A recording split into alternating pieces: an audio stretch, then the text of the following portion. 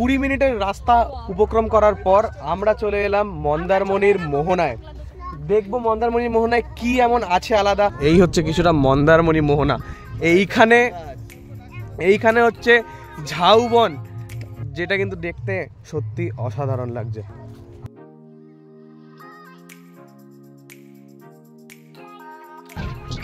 এই হচ্ছে কিছুটা মন্দারমণির মোহনা।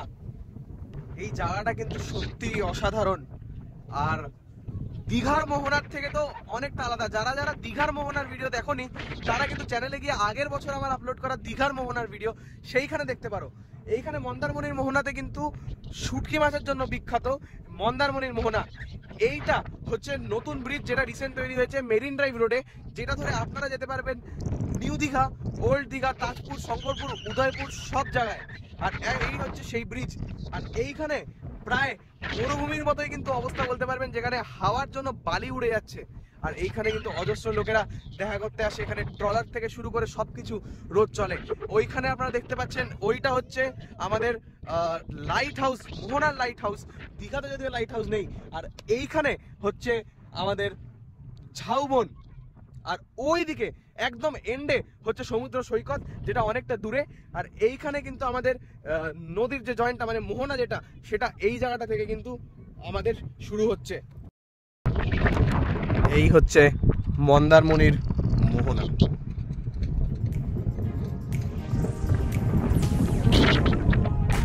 চলুন একটু ওই জায়গাটা গিয়েও আমি দেখাবো আপনাদের। এই জায়গাটা অ্যাকচুয়ালি সমুদ্র আর নদীর মানে যেখান থেকে নদীর উৎপত্তি আর সমুদ্র আর নদীর যেখানে মিলন স্থান, অ্যাকচুয়ালি সেই জায়গাটা। 5 মিনিট হাঁটার পর চলে এলাম মোহনাতে, মানে যেখানে অ্যাকচুয়ালি সমুদ্র আর নদী মিলন ঘটছে, মানে সমুদ্র আর নদীর মিলন স্থান যেখানে অ্যাকচুয়ালি। আর ওই দিক দিয়ে যদি আপনারা চলে যান, ওখান থেকে শুরু হচ্ছে মেরিন ড্রাইভ রোড, যেটা ধরে আপনারা দীঘা চলে যেতে পারবেন, যেটা আমি আগে বলেছি। আর এইখানে হচ্ছে সেই মিলন স্থান। এইখানে সমুদ্র, মানে এইখান থেকে সমুদ্র শুরু হচ্ছে, ওইখান থেকে সমুদ্র আসছে, আর এইখানে মিলছে নদীতে গিয়ে। এইখানে আপনারা দেখতে পাচ্ছেন লাল কাঁকড়ায় ভর্তি। এই দেখুন এখানে গর্ত, লাল কাঁকড়ায় কিন্তু ভর্তি একটা বিচ। এইখানে আমি যদি জুম করে দেখাই আপনাদের, সব জায়গায় আপনারা লাল কাঁকড়া দেখতে পারবেন। এই দেখুন লাল কাঁকড়া, সব জায়গায় লাল কাঁকড়া ভর্তি হয়ে আছে।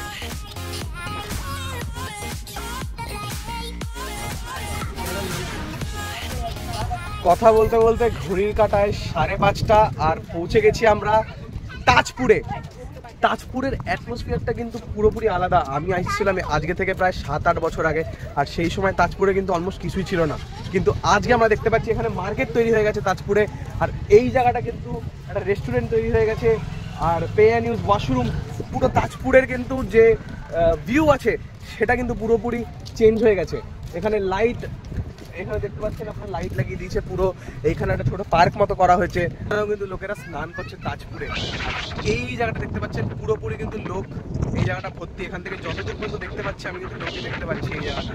তাই তাজপুর কিন্তু খুবই জনপ্রিয় একটি ডেস্টিনেশন, যারা দীঘা বা মন্দারমণি দুজনে কিন্তু ঘুরতে আসছে।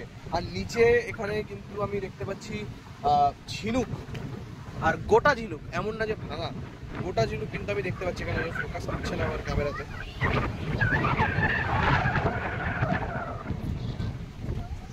এই যে লাল কাঁকড়া,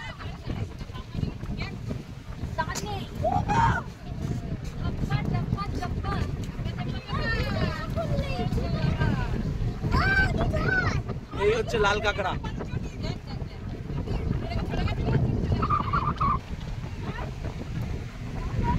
সমস্ত জায়গাটাই কিন্তু মানে আপনারা যদি মন্দারমণিতে আসেন তাহলে নিশ্চয়ই মোহনা আর তাজপুর দুটোই ঘুরবেন। হয়তো একটু টাকা যেতে পারে, কিন্তু আপনাদের কিন্তু এসে খুবই ভালো লাগবে। সন্ধ্যে 6টা, আর আমরা এখন কিন্তু তাজপুরেরই আরেকটা বিচে এই মুহূর্তে আমরা চলে এসেছি। হ্যাঁ, তাজপুরের কিন্তু আরেকটা বিচ, যেখানে আমাদের অনেক শ্যাক আছে, দেখতে পাচ্ছি অনেক বসার জায়গা আছে। এই জায়গাটা বিভিন্ন রকমের কিন্তু রঙিন আলোতে আলোকিত এই সমস্ত শ্যাকগুলো, যেখানে আপনারা বসে এনজয় করতে পারবেন বিভিন্ন রকমের ড্রিঙ্কস এবং বিভিন্ন রকমের খাবার দাবার, যেরকম আপনারা ঠিক দীঘা বা মন্দারমণিতে দেখতে পারেন সেরকম টাইপের। এখানে দেখতে পাচ্ছেন প্রত্যেকটা কিন্তু আলাদা আলাদা এখানে হোটেল আছে এত দূর পর্যন্ত। আর এই যে বিচটা এখানে কিন্তু বোল্ডারই বেশিরভাগ, কিন্তু আপনারা যদি আসতে চান সকালবেলা বা রাত্রেবেলা এসে এইখানে বসে খাওয়ার সঙ্গে এই সমুদ্র হাওয়া ও ঢেউ উপভোগ করার থেকে কিন্তু ভালো কিছু হতেই পারে না। তো এখন একটু এই জায়গাটা আমরা দেখে নেবো, একটু পরিক্রমা করে নিই, এবং তারপর আমরা যেতে চলেছি আমাদের আজকের শেষ গন্তব্য, যেটা হলো শঙ্করপুরে।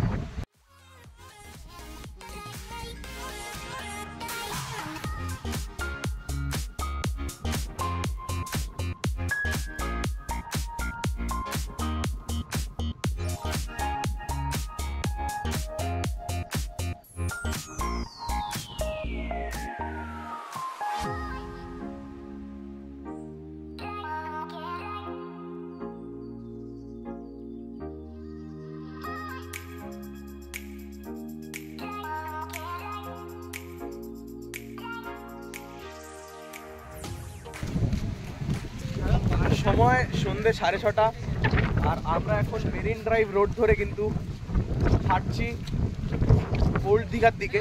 যদিও অত দূর যাবো না, কিন্তু তাও এই জায়গাটাও কিন্তু সময় কাটানোর জন্য খুবই একটি ভালো জায়গা। তো আপনারা যদি এখানে ঘুরতে আসেন তাহলে আমার রেকমেন্ডেশন যে আপনারা সন্ধ্যার দিকে আসবেন আর একটু বেশি টাইম নিয়ে আসবেন।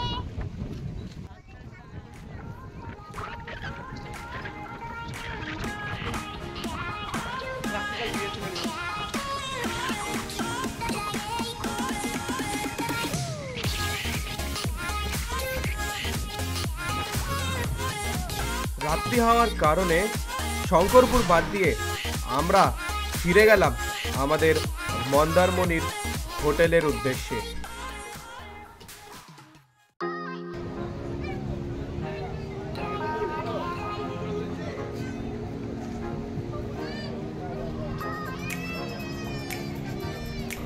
আজকে হলো 20 এপ্রিল শনিবার, আর আজকে আমরা আবারও চলে এসেছি বিচ মার্কেটে মন্দারমণির। আর আজকে যত দোকান ও যত লোক, অনেকটা কিন্তু ভিড় আজকে বেশি, অনেকটাই বেশি।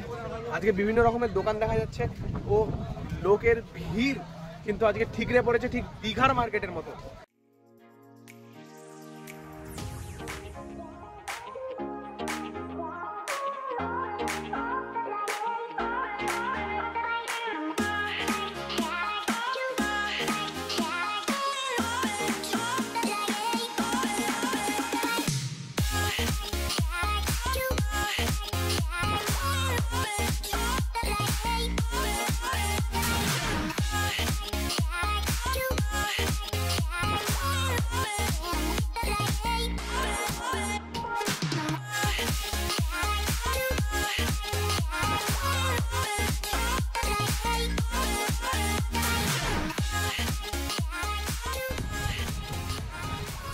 এই হচ্ছে কিছুটা ভোরের আলোর ছাদের দৃশ্য।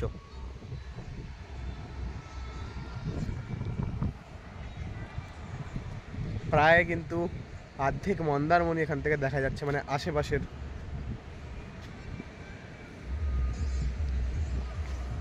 আচ্ছা, আগে কিন্তু এখানে একটা লাইট ছিল, এই যে পোলটা দেখতে পাচ্ছেন, এখানে আগে একটা লাইট ছিল, এখন সে লাইটটা ভেঙে গেছে, জানি না কতদিন রিপেয়ার হবে। কিন্তু এই লাইটটা থাকলে ছাদ পুরো আলো হয়ে যায়, তাই এখন অন্ধকার আছে, কারণ এই কারণে ছাদের মধ্যে লাইট লাগানো হয়নি, কারণ ওই লাইটটা ছিল বলে। আর এইখানে দেখতে পাচ্ছেন কটেজের প্রাইভেট ছাদ, এই একটা কটেজের ছাদ, ওইটা একটা কটেজের ছাদ, আর ওইদিকে ওইটা একটা ছাদ, আর ওইটা একটা ছাদ। আপনারা যদি কটেজ নেন তাহলে তার সঙ্গে প্রাইভেট ছাদও আপনারা পাবেন, যেখানে আপনারা বসে ড্রিঙ্ক, স্মোক বা নিজের টাইম এনজয় করতে পারবেন। এই হচ্ছে আমাদের আজকের রাত্রের ডিনার। একটু দেরি হয়ে গেল, কিন্তু এইটা হচ্ছে দেশি মুরগির কারি, আর তার সঙ্গে আজকে ভাতের জায়গায় রুটি। একটু নিয়ে খেয়ে দেখা যাক যে কেরম ঝোলটা কিন্তু বানিয়েছে। হোটেল থেকেই খাচ্ছি আজকে, লাল লাল ঝাল ঝাল, তাই তো। একটু আলু দিয়ে নেবো আগে।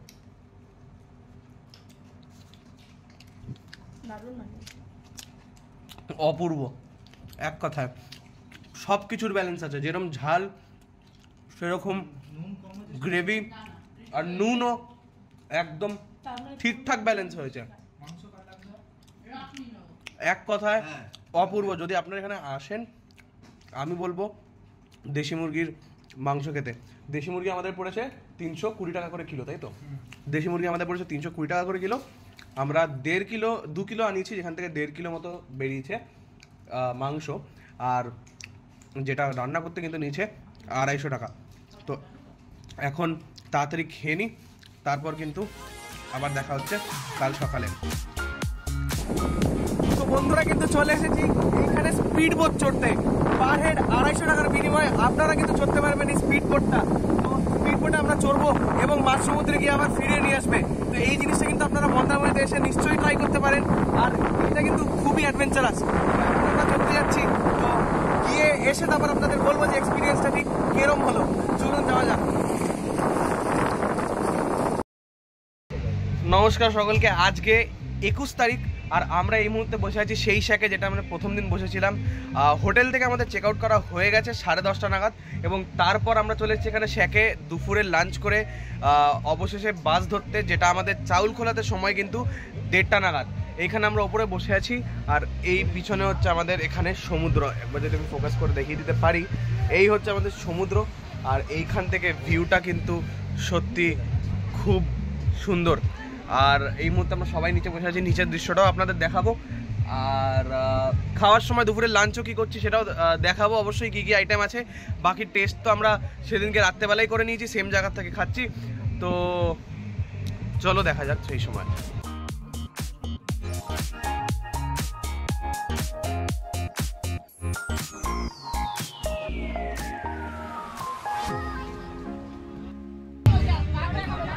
অবশেষে আমাদের ঘোরার পালা কিন্তু শেষ, এখন কিন্তু বিদায়ের পালা। আর যারা যারা ইচ্ছুক, এই শ্যাকটার নাম হচ্ছে ভাই বোন শ্যাক। আপনারা গুগলে পেয়ে যাবেন 4.5+ রেটিংয়ে কিন্তু এই শ্যাকটা আছে, এবং সবার ব্যবহার কিন্তু খুব ভালো এবং সার্ভিস কিন্তু খুবই ভালো। তো আপনারা যদি জানতে চান তাহলে আমি কিন্তু ডেসক্রিপশন বক্সে অবশ্যই গুগল ম্যাপসের লিঙ্কটা দিয়ে দেবো। আর এখন আমরা যেতে চলেছি মন্দারমণির বাজারে, সেখান থেকে আমরা ধরবো অটো আর চলে যাবো সোজা চাউলখোলা, যেখান থেকে আমরা ধরবো আমাদের বাস। আর এই শ্যাকে কিন্তু আপনারা খেতে পারবেন দুপুরের বা রাত্রেবেলার খাওয়ার, কিন্তু তার জন্য কিন্তু আপনাদেরকে আগের থেকে অর্ডার করে বলে দিতে হবে যে আপনারা কি খাবেন। নর্মালি কিন্তু এরা বানায় না, বাট আপনারা যদি অর্ডার দেন তাহলে কিন্তু থালি সিস্টেমে আপনি অনায়াসেই কিন্তু এখানে থেকে খাওয়ার আপনি খেয়ে নিতে পারবেন, সেটা ব্রেকফাস্ট হোক, ডিনার হোক বা স্ন্যাক্স হোক। এইখানে একবার দেখুন, এই হচ্ছে কিছুটা রবিবারের দুপুরের ভিড়।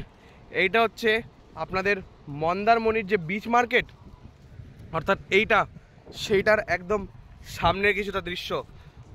সত্যিকারের শনি আর রবিবার মন্দারমণিতে কিন্তু পুরো জমজমাট পরিবেশ। তাই আপনারা যদি রিসর্ট বুকিং এক্সেট্রা করতে চান তাহলে সেটা অবশ্যই তার আগের থেকে আপনাদের করে নিতে হবে, কারণ শনি রবিবার কিন্তু পুরো মন্দারমণি টাইট প্যাক। কারণ বাঙালিদের মন্দারমণি কিংবা দীঘা এই দুটোই হলো পারফেক্ট উইকেন্ড ডেস্টিনেশন, নিজের সময় কাটানোর জন্য নিজের প্রিয় মানুষদের সঙ্গে আশেপাশে কোথার থেকে ঘুরে এসে। এইখানে আপনি অনেক রকমের স্টল দেখতে পাবেন, যেরকম এইখানে আইসক্রিমের স্টল, ডাবের স্টল, আর ওইখানে বিভিন্ন রকমের রাইড। যেখানে আমরা কালকে চড়েছিলাম হচ্ছে স্পিড বোট, আর ব্যানানা বোটও ছিল। স্পিড বোটে আমার এক্সপিরিয়েন্স খুবই ভালো হয়েছিল। যাওয়ার সময় অনেক অ্যাডভেঞ্চারাস ব্যাপারটা ছিল, আসার সময় যদিও একটু প্লেনভাবে এলাম, কিন্তু তাও সত্যিকারের যদি আপনারা ট্রাই করেন পয়সা কিন্তু পুরোপুরি উসুল।